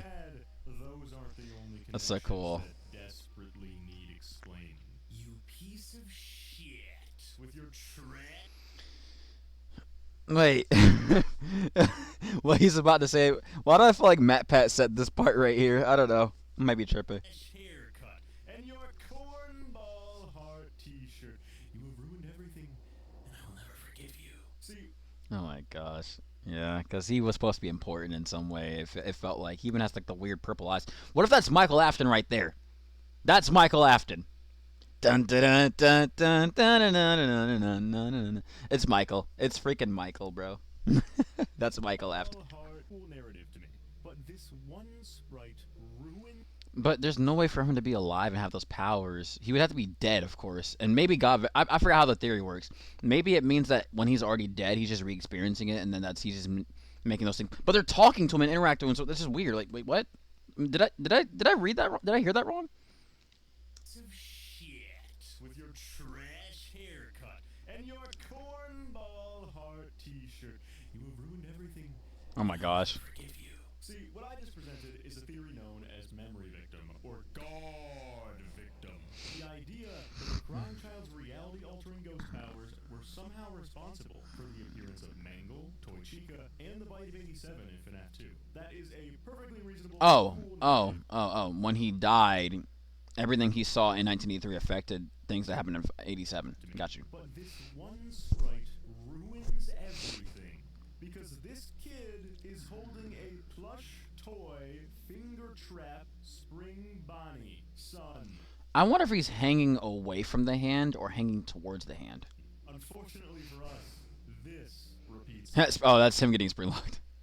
to over 30 years from now. The crying child sees this green, crusty spring trap in 1983, and through this I feel like I'm watching an episode of SpongeBob because the way he's describing things, the way he just described that got me. same magical bullshit powers he used to make the stuff in FNAF 2 happen forces William Afton into a situation where he goes back to the old pizzeria, lures 4 of the animatronics to the back. Wait a minute. Wait a minute. This is weird. Yeah, the old pizzeria, right? This would, but we don't see the shelving. So why the heck is there just a table here and 2 doorways? That would mean that the power's out, and or the location's like just really shut down. They either got rid of the doors. Yeah, these are the FNAF 1 animatronics right here, and those are the doorways because that's where you go through to close the doors and stuff. The guard isn't there anymore. Situation where he goes back to the old pizzeria. And maybe that's the entrance. The right side is the entrance. Lures 4 of the animatronics to the back room where he dismantled them, then gets pressured into the spring Bonnie suit by the 5th. Wait a minute. To the back. Oh, that's a wall. I thought there was an opening right here. It threw me off. Just weird how there's an arcade room right here, because this is the room where he had to have killed the kids, because there's like all this stuff back here. And then maybe one of these is Fruity Maze and the Chica victim got killed in one of these. I mean, that's a lot assuming, but hey, just throwing it out there. That's probably dried up blood. Who knows? Or it could just be mold, but that's clearly dried up blood to me. It just looks like it. And falls over where he conveniently lands under a leakage of water from the ceiling, which when combined with his blood already soaking the suit, creates enough moisture and bacteria to slowly turn the suit's golden yellow fur into a crusty green over the course of many years. This is f***ed up. And you may be laughing at your screens, but you cannot deny we need an explanation for this repeating. Green theory I need it. isn't canon, but FNAF 4 is. So we need another way to explain that in 1983 we see a gross green spring Bonnie finger trap, and decades later end up with a crusty green spring trap. This exact thing is one of the reasons why the Maybe the toy is old. Maybe it's an old toy. repetition theories in the series. That is dad passed down to the kid. Eh? Thing is one of the reasons why the repetition theories in the series bars are so hated. The plot of You said bars? Wait, let me see. Spring Bonnie finger trap and So I'm really in tune with this video. decades later end up with a crusty green spring trap. This exact thing is one of the reasons why the repetition theories in the series bars are so hated. The Oh. Oh, okay. Gotcha. device has evolved into the main villain's entire life being predestined because his son saw a kid who didn't take care of his toys. But if you think that's bad, just wait. Okay, we kind of were on the same page there with the toy being old in some way. I like that. I like how he's very level-headed when thinking about this. But the difference between what I said and he said is that I said that his dad passed it down. That's an assumption.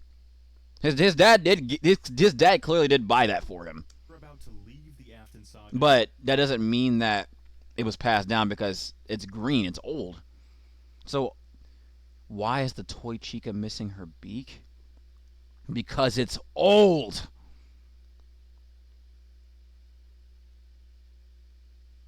Because it's old.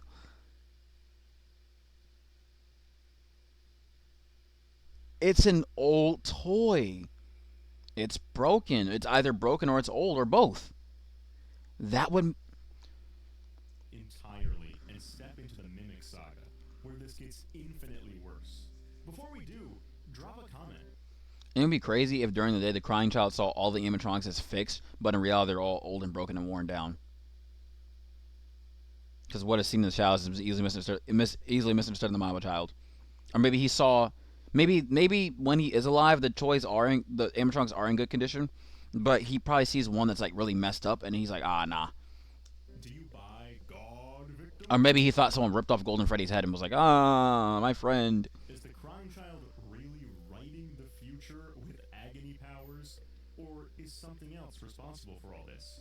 Let's see if you can guess what I think it is. And while you're thinking about something else responsible Hold for on. writing the future with agony He probably thinks the first one. powers. He more than likely thinks the first one. It has to. He has to be thinking the first one. There's no way he's not thinking the other one because. I mean, there's no way he's thinking the other one because he's been talking about God Victim for like half the video. Basically, he even said that he basically brought that up without directly saying it was God Victim. But the idea that the crying child's death involves him having powers that influence the future from things from the past that already pre-existed and cause those events to happen is crazy to me. That's actually not a bad idea. I don't fully disagree with that because it's a possibility. Until outright debunked, confirmed, or whatever the heck else, I'm all for it. I'm all for it. But I don't have a set.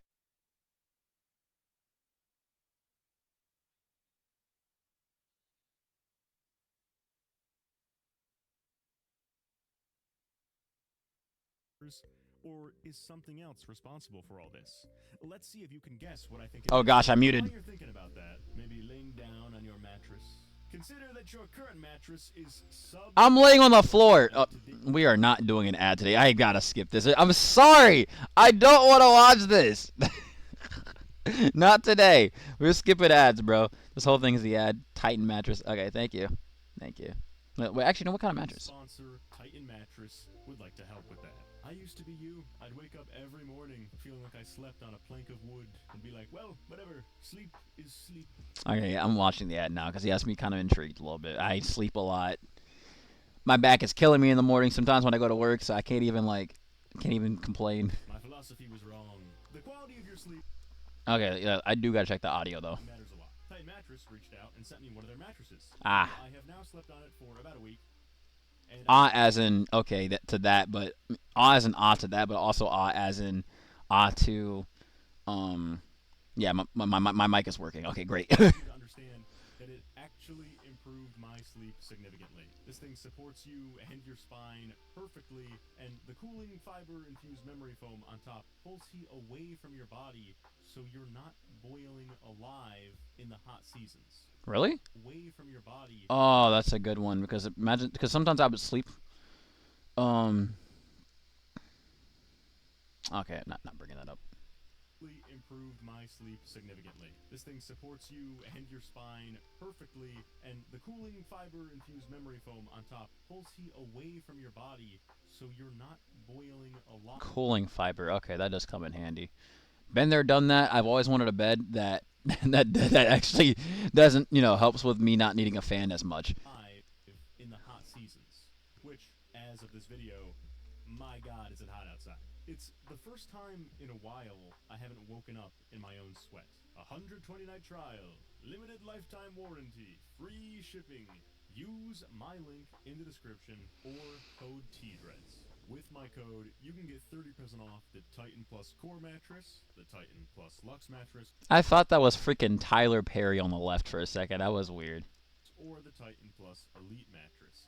And just look at all the cool stuff these things have. Multiple layers of high-density supportive foam, up to 900 individually encased coils with Imagine getting coil locked, like the spring locked. Let me stop.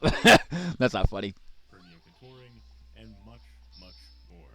So if you're looking for a new mattress, or moving into college, or a new living space, your future self will thank you, and you'll sleep like a baby. I thought they already provided you with like beds and stuff when you go to college. I really thought that. Like, did they not in some of them? You have to actually buy your own stuff and move all that stuff out like you have in your apartment, basically. That's gonna be kind of crazy. Or that's assuming maybe you do get your own apartment and you have to live near the college to go to college. I mean, that's probably a thing too. I mean, that's definitely a thing. Sorry, I'm saying this also because I'm trying to scroll through my Pow Kitty. It's this mini console that I got, and I'm trying to find a game real quick to play later. I might I really want to play it on the PC because the save data does not save on this thing for some reason. I haven't figured out why. I haven't looked into it yet, but it's still fun to use. I'm just kind of mad that I went through like an hour and some change of playing this game. The game is Spider-Man PS1, by the way, and it freaking didn't save my save. Sorry, off-topic rant, but I just had to bring that up. Get it now! Okay, let's get back to the lore. Now, the stealable era of games throws a wrench into things, because I just proposed that the bite victim was responsible for all the insane repetition that. Not to forget, you also did do that one stream where you were talking about how it seems like the puppets' wires, or the wires that look like the puppets' like tentacles, or potentially like Fiona in some way mimicking the puppet or something like that, being like in the ceiling parts of like both Ruin and SOTM in some ways, which is so strange. And potentially, I think it was also Security Breach as well. No, Security Breach isn't ruined yet, so or even like there's not really much showing. Maybe I don't know. I forgot. There are wires sticking out of certain weird places though. Happens across these games, and through his weird ghost powers. I always thought, um, I, gosh, I gotta get my words together. I'm so sorry. Not I always thought. I noticed this like a week or two ago. Um, yeah, a few weeks ago. I was doing a stream where I was talking about the crying child, and I said it's weird how the line from UCN is for Nightmare, I think, or one of them.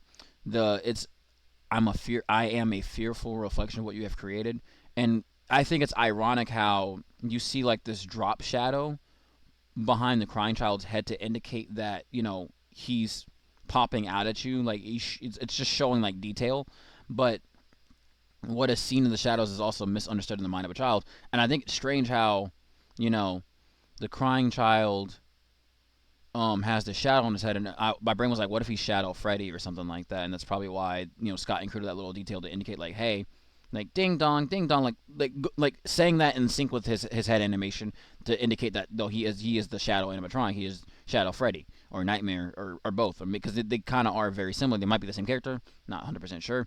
I also think it's ironic how his shirt it is similar to the puppet, but I'm thinking more so the FNAF, the typical FNAF death screen that you see. And I think it's just irony that Scott put this here, whether intentional or not, to indicate that he's going to die, that he is dead at some point later in the series. I think it's really ironic how he has like a static like shirt, and it's ironic to the death screens. It just looks like static to me. Um, Also, yeah, like I get it. Like he is a boy. Um, the no shoulder sleeves is to indicate that he's a boy because it's supposed to separate the boys from the girls in the game design wise, so we don't get confused. And then you also have him wearing shorts. I mean, he's a kid, so shorts. I guess he could wear jeans, but I mean, he's a kid. He wears shorts. Typical, stereotypical kids from back in the day, especially in like some forms of media that they're represented. Some of them wear shorts, so that's understandable. But I was talking about the shirt, how it just looks like the death screen. It's weird. Parts of him show off different things. The face reminds me of Charlie's death in FNAF 2, the FNAF 2 minigame. The shirt reminds me of the death screens, and then that's about it. I don't know about the color of the pants, if that means anything. It's definitely darker than the tears on his face. It's kind of weird how there's almost like a little bluish color underneath the head part. Very weird. Even like parts of his head kind of stretch a little bit. That's also strange. Very, very strange. Across these games, and Someone knocking at the door. Should be fine. through his weird ghost powers, creates Springtrap, the fires, the repetitive behavior of the animatronics. I don't know about the fire specifically though. He possibly even causes the deaths themselves because of what Hey, this girl says about. They hide your body and never tell anybody. But wait, Jarvis, zoom in on that line real it is strange how his head's the only one that's popping out to show that hey, his head's moving because it helps with the detail better. This is so funny right here. quick. We are in 1983, and this girl is saying that there are rumors of hidden bodies. My argument thus far has has been that if bite victim heard Yeah, when she says if you die they hide your body, that is to assume that is assuming like there already are dead bodies, which rumor, that would mean that there are dead bodies already. They hide your body. Who is they? The animatronics? Someone? I'm guessing he's go. I guess he goes with the animatronics. I guess she means the animatronics. So that's the only thing. Plus the fact that his head's right here kind of helps add to that idea that it is the animatronics, because I mean that would hint to that in a way. It's almost like foreshadowing, but not directly tied to the statement completely. And it's smiling right here while this is being told with the eyes being gone. That just makes it more creepy. he would have Crying child missing his pupils is also really creepy too. manifested it into reality later, but Steelable Studios couldn't let us have that. They had to make the lore even more chopped with what we learn in Secret of the Mimic. The bite victim, he's a LARPer. He didn't start shit. Meet the Mimic, who, in 1979, killed. I don't even know what that word means. Let me Google that real quick, because what?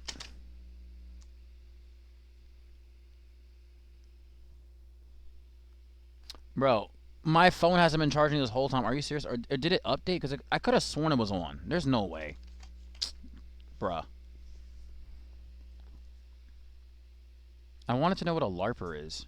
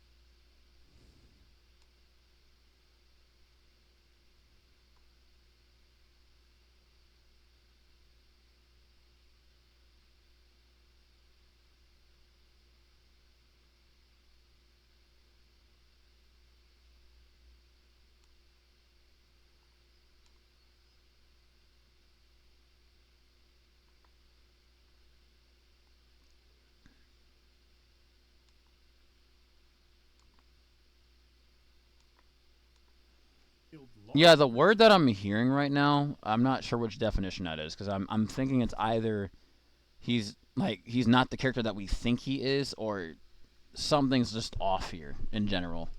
And stuffed their bodies into suits. Meet David. Yeah, this was happening before the crying child died, or at least around that time. And what's getting me? No. It can't be around the time, because the crying child is probably a child, like even younger than when he was in FNAF 4 potentially. What's getting me here is though, how does the mimic know that? Not Afton, almost said Afton. It has to do with Afton in some way, because how does he know that we would possess the animatronic? Because he's watching us. He stuffed us in that one specifically. That's important. That's very important. And who committed the MCI? William. Where did he commit it? At the FNAF 1 location, back when it was just Freddy Fazbear's Pizza from back in a day. And now the abandoned and night guarded location in the actual gameplay, meaning that Afton did have influence over the Mimic in some way, or at least ironically. Because I mean, Afton's the only person we know besides Henry that the dead bodies are possessing the suits later in the games, because Afton started all that. Crying Child has something to do with it too, but Afton started that too.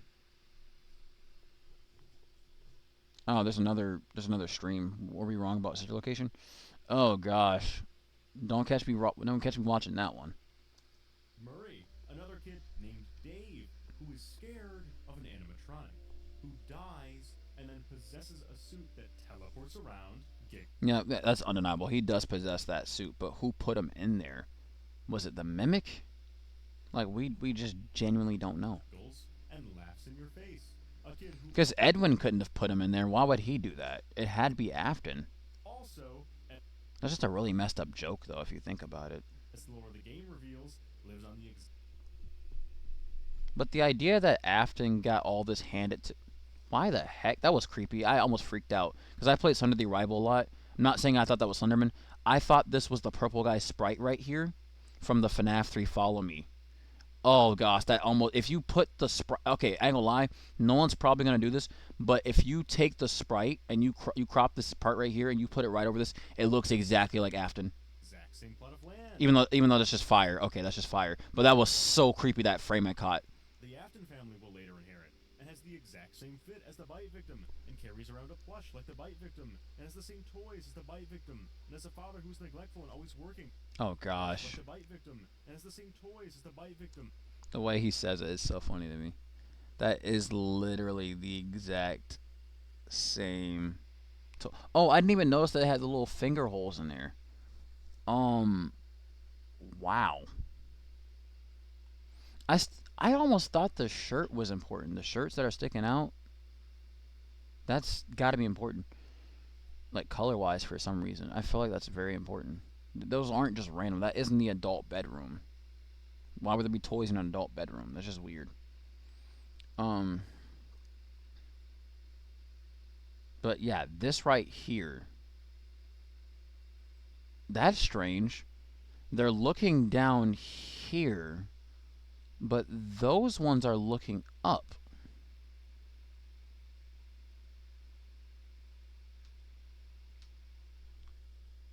Hello?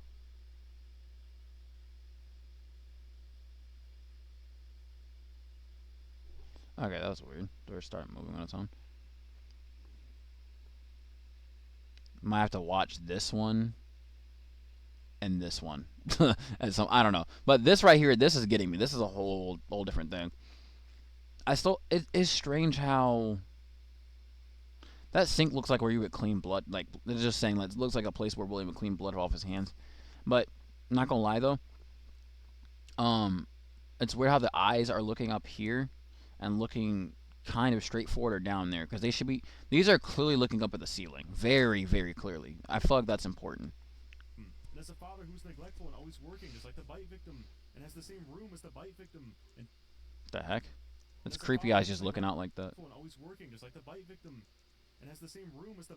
The fact that the closet was the thing that was chosen, even though that is a hiding spot, and that's the first time we see the mimic hiding in a closet. Why is the mimic hiding in a closet right here? Was he there the whole time? Like, he was just like using his mimic stand to possess the suits and try to kill us.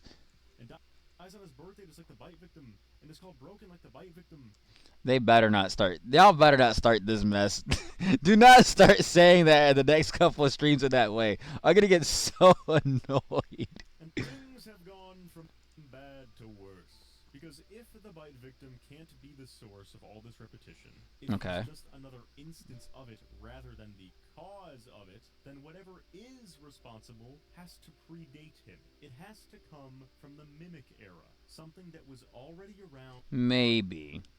Let me run that back. Let me run that back. It's possible that we could pull something from the games or something in the story that we missed and just go from there. Why is someone calling me? It's literally nobody. Victim, and has the same room as the bite victim, and dies on his birthday just like the bite victim, and is called broken like the bite. Oh gosh, sounds like a Fusion game, Fusion C gamer. The way he's saying it right there, but then when it's being repeated, when Fusion like would troll in his videos sometimes, literally it feels like that. Victim, and things have gone from bad to worse. And his tonality too when he speaks. Because if the bite victim can't be the source of all this repetition, if he's just another instance of it rather than the cause of it. Oh, okay, I see. Okay, I see. I see. He's just another example being portrayed and shown in the repetition while it's happening, because something had to have happened before the crying child to cause all this repetition rather than the crying child. If that is the case, therefore, then whatever is of. responsible has to predate him. So basically he's saying what's responsible for the if the crying child isn't the isn't responsible for the repetition that's happening in FNAF, what is responsible for it then? To come from the mimic era, something that was already around before William Afton ever stuffed a child into a suit, before the murder of Charlie, before anything. Oh yeah, that's a great way to think about it too. It had to be before the murders. Similarities between the deaths of David Murray and Was it the spirit box? Is the spirit box tied to all this? the crying child. They die on their birthdays. They possess There's also a box in FNAF 4. Maybe what if the spirit box was in the box? We just didn't know. That's weird because what comes out of dead bodies when they go to possess the suits, and what's in the suits along with the dead bodies or without the dead bodies after the suits, if the bodies were put in there and then removed or whatever, spirits. teleporting suits of their favorite characters. Those suits Teleporting suits or teleporting spirit projections, or both. cause hallucinations and giggle. The pattern is too specific to merely be a coincidence. Something is reproducing events deliberately across decades, and I'm about to Shadow clone jutsu, tell you vengeful spirit. I mean, toy shink. what I now think that something is. But before I do, we need to travel forward past the Apple saga. Here goes another example of the box. It's literally shaped like it. But I mean, I think that was from like FNAF's channel. Entirely. Past everything we've talked about so far, all the way to Security Breach. Because that's where everything comes together. Let's go I was gonna make a joke and be like, they should call him FNAF. ahead and look at the plot of Security Breach. And oh no! The main character is Looks just like the crying child. The hair bang even points in that direction. a kid who has the same shirt as David and the bite victim and looks very similar to older versions of them and is under the control of a character meant to represent William Afton. Oh yeah, lovely. He's here too. Control of a character meant to represent William Afton. Oh yeah, lovely. He's here too. He He always comes back. Yeah. always comes back in some way, emerging out of the pod. All that bleeding right there, man. That's so ironic to the bleeding. Purple smoke, being burned again. This game also has more subtle repetition. In Ruin, there's a recreation of Follow Me with the wet floor bots, as noted by Gibby. The whole plot of Ruin is also a kid being lured somewhere by what he perceives to be her friend. And the literal Pizzaplex itself is built on top of the FNAF 6 location. Repetition, repetition, repetition, repetition. And I haven't even scratched the surface. I haven't seen this edit, that type of edit, since like Corey Kenshin's channel. I'm serious. Characters, imagery, locations, themes, all repeating themselves across the Steelwool games in ways that would take hours to fully break down. And the worst part is Yeah, quite literally so. that most of them have no natural explanation. You can't point to one person in the story and say that they're responsible for each incident. They're isolated events separated by literal decades, and yet they match. I'm lost, I'm confused, and I've been thinking about throwing out this entire video idea for a long time, writing everything off. Honestly, this is honestly one of the best things you have done. Cuz I needed this too, personally. I needed this. It's a poorly crafted reference with no narrative purpose. But there's one thing that keeps me from throwing this whole theory out. One thing that confirms I'm not insane. Because what I'm saying, the director of the newest Steelwool FNAF game said it too. I call it thematic repetition. They say like, what's the saying? History doesn't repeat, but it rhymes. It's sort of like that, right? These ideas that aren't necessarily direct one-to-ones, but there are these like churning, narrative motifs that come around again. He calls it rhyming, which is probably the more accurate word, because these events aren't. If he goes in and tries to find words that rhyme, I'm gonna lose my mind. Bars! Truly Hey, see, me and T-Dread's got bars like that, bro. Get on our level, bro. Get on our level. repeating in the sense that time is still moving forward. Even though those words kind of technically don't rhyme, but whatever. I don't care. 1979 to 1983 to post-2020s. The clock pushes on. Time changes. One day you and I will be as old as Gibby. But the types of tragedy themselves You're messed up for that, bro. Don't do that. keep coming back. And according to the director of the newest game in this franchise, that's not an accident. He addresses it as one of the most important things considered with Secret of the Mimic. Every echo from the past, every suspiciously similar death, every shared location and imagery and character dynamic, spanning every game over every decade, all traces back to one source, one invention that predates everything. Created before the White Tiger possession, before the Crying Child, before the MCI, before Springtrap, before the fires, before Gregory, before all of it. It's called the Mimic. Mimic Definition Merriam-Webster. To mimic means to imitate or closely copy the actions, speech, appearance, or behavior of someone or something. There He's been reading his books. seems to be no other source. This is as far back as we can go. An invention literally named after the act of repetition comes into existence, and its creator beats it senseless and pours his agony into it. A supernatural emotional substance. And then everything that follows stems. William did something, man. He did something. Because you also got to remember, maybe, because remember, if William did cause that fall. Oh, I just thought about that. Remember how I said earlier, like the mimics. Okay, forget the hypnotic eyes thing. Okay, I was about to say that because I just saw the eyes just now. What because agony, remnant, whatever, right? What if William did cause the fire at Fall Fest? Maybe he somehow poured agony into Fiona's dead body, and that agony ended up possessing M1. And when Edwin beat on M1, his agony infused with William's agony and became its own killer because of the but the William the part that was already in from the agony from William potentially the killer instinct part his essence or whatever influenced the mimic to kill rather than just hit things and break their legs From that because he didn't beat up Edwin, he just blew something up and then basically got Edwin's legs broken that way. single moment. And I want to be clear that I'm not just making this up, because the books already introduced a similar framework for how this would function. Fetch gives us the 0-point field, the underlying structure of reality itself. I'll run this back because you gotta realize when you hear the audio log, Edwin wakes up and his legs are broken. He doesn't wake up and remember being beaten up by the mimic. The mimic found another way to break his legs rather than to physically directly attack him. Single moment. And I want to be clear that I'm not just making this up, because the books already introduced a similar framework for how. Maybe he. That's not funny. Oh, that's not funny. Wait a minute.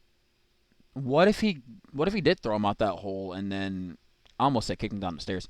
What if he? Oh, that's messed up. That is actually pretty gory. Actually, that's sad.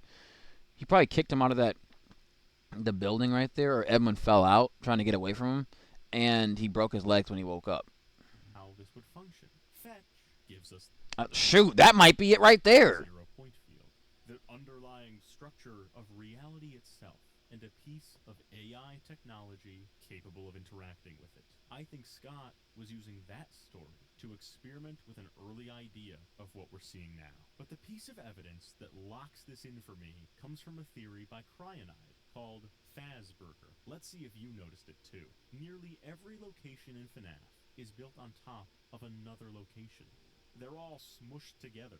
Fredbear's, the FNAF 4 house, sister location, all visible on this.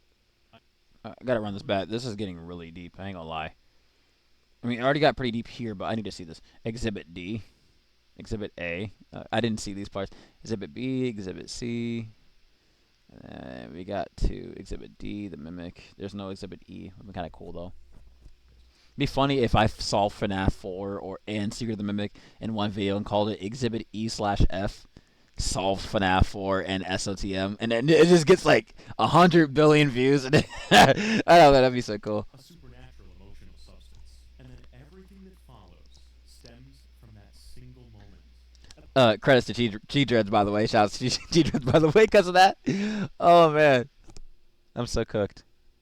And I want to be clear that I'm not just making this up, because the books already introduced a similar framework for how this would function. Fetch gives us the 0-point field, the Oh. structure of reality itself, and a piece of AI technology capable of interacting with it. I think Scott was using that story to experiment with an early idea of what we're seeing now. But the piece of evidence that locks this in for me comes from a theory by Cryonide called Fazburger. Let's see if you noticed it. I thought it was from Narrow Raven. So it is from Cryonite. That's interesting. Nearly I honestly wasn't sure if he did watch Cryonite like that, but I'm pretty sure a lot of the FNAF YouTubers do watch a lot of the other theory videos. Mine's is probably extremely hard to find because I'm just not relevant on YouTube like that. Every location in FNAF is built on top of another location. Like literally, the only way I can be seen on the internet is if I copy someone's title and then put like feet their name just to credit them because I don't want to get like strike down and make it seem like I'm copying their content. I'm literally just watching a whole video right now and talking and reacting. That's all I can really do. They're all smushed together. Fredbear's, the FNAF 4 house, sister location, all visible on the same map. And they're also tied to Edwin Murray's house and R&D. Even the Pizzaplex and FNAF 6 are linked. Fazbear Entertainment keeps building on the same ground, keeps building near Edwin Murray's old factory. An insecurity breach, expositing lore about the Mimic to us, Gregory says the following. Is that me or does it look like the Mimic's crying like the crying child? That's weird. Factory. An insecurity breach. Why does he have hair? Expositing lore about the Mimic to us, Gregory says the following. Weird. Head tilted. Why is the head tilted? Almost childlike. The Mimic to us, Gregory says the He has a collarbone and everything too. That's so cool. following. Expositing lore about the Mimic. He's almost posed like the crying child. That's so strange. 1, 2, 3, 4, 5, 6, 7. Don't you dare quote me on that. 7 teeth on the top and 7 teeth on the bottom. 14 theory. Let me stop. Oh man. To us, I think that's the theory where they were talking about in UCN where William probably killed 14 kids because of the locker orientation and some of the cutscenes and then in one of the cutscenes and then like the fact that the placement of Golden Freddy and William. So on the UCN roster, something like that. the following. And I think Scott did respond to it and make a joke or say something. I don't remember. A really long time. How long? That That camera right there reminds me of the little repetition of things with Simon and what's the game? Soma? Oh gosh, the game's so scary. I never beat it. I don't think I ever will. I can't. I've already watched the full gameplay. I wish I never downloaded it. I wish I never downloaded it. the question we need to answer. How long has the Mimic been there? Because if it's been sitting here under the earth, The head is big enough to be a child's head, which is so interesting. And an adult's head potentially too. And even though it has a neck like Williams. It's kind of funny. infused with agony for decades, for as long as this series has been going on, that You know, it'd be even crazier if the Mimic was William Afton this entire time, pretending to be some like. What if the Mimic killed William Afton and was pretending to be him the whole time? That'd be so crazy. And he just switches personalities to fit different situations. Hence the whole fitting suits thing. Irony. that is the secret of the Mimic. It's responsible for everything. The main issue with this idea is that it's not clear how or when the Mimic would be trapped in this room from ruin. Neither of our Secret of the Mimic There's no way T-Dread says. I don't want to say stooping this low because I don't want to make it sound like oh he's wrong for saying that or he's dumb. I'm not thinking or saying any of that.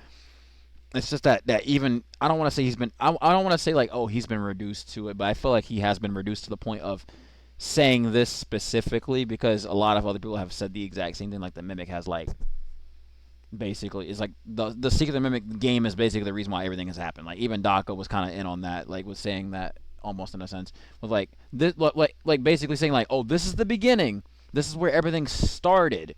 This is the start of everything that happens afterwards. So like, the fact that we're all reduced to just like, going back to this game specifically, I don't know. I wish we could be able to solve FNAF 4 and other games without this game. Not saying that it's a terrible game. I beat this game like 3 times, but like, I just wish there was a way to solve FNAF 4 without having to use this and look at this like, oh, this is like yeah, it is the beginning. It is one of the main earliest points in the timeline. But like literally, it is the earliest point in the timeline. But it just bothers me that we're all just having to go back to this specifically. endings tell us how he gets there, but we do know about the 0 point field. We know the Mimic is a haunted object, And we definitely know that events have been repeating since the birth of the mimic. It has to do with William, because why does he have like the nightmare animatronic hands and then he has a regular set of fingers? It's so weird. It's like he took different parts and put himself back together. If this broke your brain, Like, what if he studied? What if the mimic studied agony and how it works, and he knows how to use it? even a little bit, Like subscribe his fingers look like because freaking it's knives. What the the heck? mimic. If this Yeah, those fingers right there look like knives.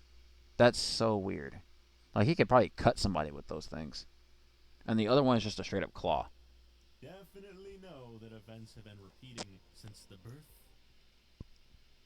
How did he go from this to the other design? That's what's getting me though. of the mimic. We never see him change. Like it's almost like he rebuilt himself, or he built another mimic. Like Definitely know that events have been repeating since the birth of the mimic. If this broke your brain even a little bit, subscribe because I do this regularly and will probably never stop. The 100K milestone is so close, and we it really is, because they just hit 70K like a couple of days ago, and they're already at 72.6 and possibly more. all gotta be there to celebrate. So what are we gonna do? What are we gonna do for the 100K? That's it. It just ends there. And we left in this room from ruin. Neither of This mimic, I mean, this music is getting me. our Secret of the Mimic endings tell us how he gets there, but we do know about the 0 point field. We know the Mimic is a haunted object, and we definitely know that events have been repeating since the birth of the Mimic. If this broke your brain even a little bit, have been repeating since the I don't want to make this joke. It's gonna sound really stupid, but if the mimic is possessed by Fiona, won't that technically make Edwin? No, I'm not gonna say it. No, I'm not gonna say. I'm not. No, never mind. birth of the Mimic. If this broke your brain even a little bit, subscribe because I do this regularly and will probably never stop. The 100K milestone is so close. And we all And then robots don't even have a gender. Yeah, I'm gonna stop. are lucky to No. But this is actually crazy to think about, like how, like FNAF's entire story solved with one line. Wait, what was the line? Sorry, I'm. It wasn't mimic. It was this part right here. I'm pretty sure. I think he was talking about this part. Act one to History doesn't repeat. It rhymes. Oh, I think that's what he was going with. ones, but there are these like churning, you know, But the fact I was able to find it, I just kind of went back and just found it. But oh man, that's gonna be it for me. That was a really good video though.